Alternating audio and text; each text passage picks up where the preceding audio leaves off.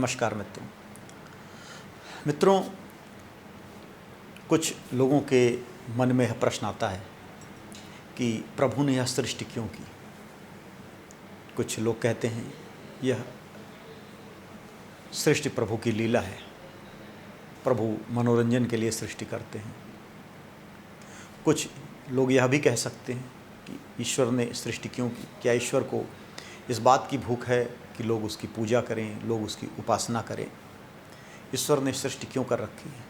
ईश्वर ने सृष्टि की और फिर कह रहे हैं मेरी पूजा करो, मैं तुम्हें मुक्ति दूंगा।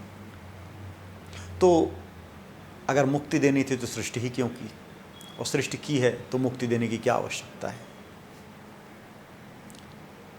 सृष्टि कैसे आई, क्या ईश्वर ने सृष्टि की है।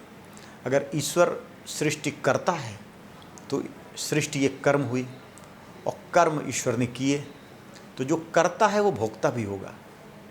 जो नियम किसी के ऊपर भी लागू होते हैं वह ईश्वर के ऊपर भी लागू होंगे, क्योंकि नियम तो नियम है। और ऐसे नियम जो चुन के लोगों पे लागू हों वो स्वच्छंद नियम होते हैं, उन नियमों पे विश्वास नहीं किया जा सकता। जो प्राकृतिक नियम है वो सब पर लागू होते हैं, और तर्कशास्त्रीय नियम सब पर लागू होने चाहिए। अगर ईश्वर सृष्टि करता है, सृष्टि रूपी कार्य उसने संपन्न किया है, तो इसका जो भी फल हो, अच्छा या बुरा, वह ईश्वर को लगेगा। ईश्वर भी उस कर्म से बंधेगा। तो क्या ईश्वर बंधन युक्त है? क्या ईश्वर कर्म करता है? क्या कर्म ईश्वर को बांध देते हैं? अगर ईश्वर नित्य मुक्त है तो वह कर्म कैसे कर सकता है? कर्म क्यों करता है? कर्म करने का क्या प्रयोजन है? भगवान कृष्ण कहते हैं, न कर्तृत्वम न कर्माणि लोकस्य सृजति प्रभु न कर्मफल संयोग स्वभावस्तु प्रवर्तते।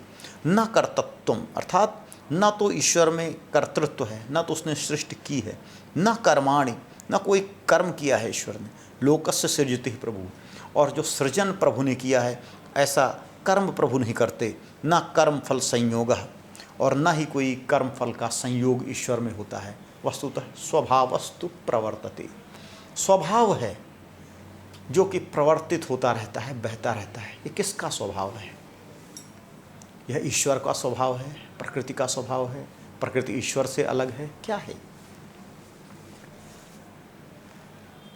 यह संसार जो हमें दिखाई दे रहा है, इस संसार के 3 आधारभूत उपादान हैं।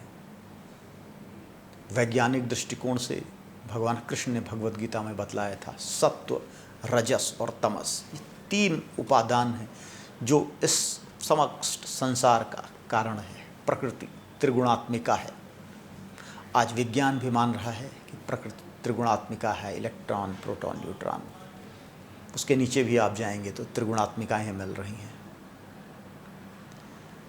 तो यह त्रिगुणात्मिका प्रकृति सभी गुणों का, सत्व के अपने कार्य हैं, रजस के अपने कार्य हैं और तमस के अपने कार्य हैं।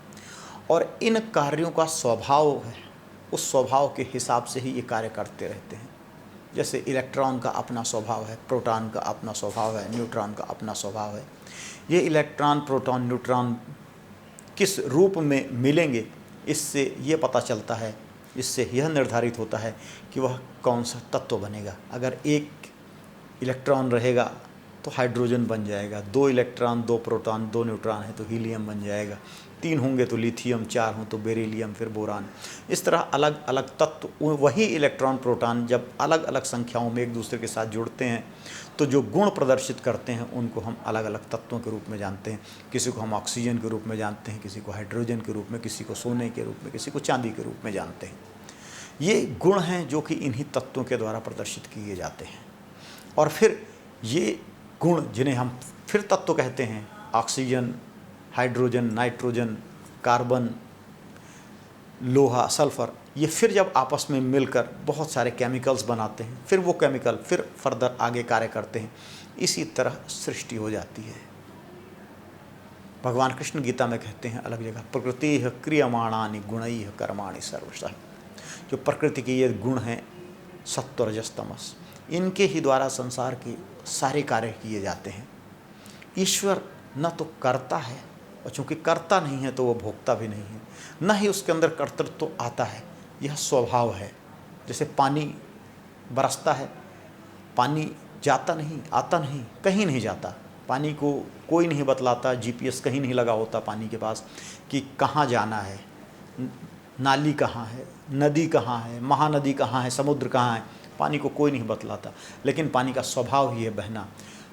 कहीं भी दुनिया में पानी बरसे वो बहते बहते समुद्र तक पहुँच जाता है, वह उसका स्वभाव है, अपने स्वभाव के अनुसार चलता है पानी। नदी का कोई कर्तृत्व नहीं है, बाढ़ आ जाए नदी का कोई दोष नहीं, नदी का कोई कर्तृत्व नहीं, पानी का कोई कर्तृत्व नहीं, उनका स्वभाव ही बहना है। इसी तरह प्रभु का स्वभाव है, और इस स्वभाव के कारण जो प्रकृति है वो प्रकृति अपने त्रिगुणात्मक स्वभाव के कारण कार्य होते रहते हैं, और उन्हीं के परिणाम स्वरूप यह सृष्टि होती है और प्रलय होता है, और सृष्टि और प्रलय की यह परंपरा चलती रहती है। हरि ओम तत्सत।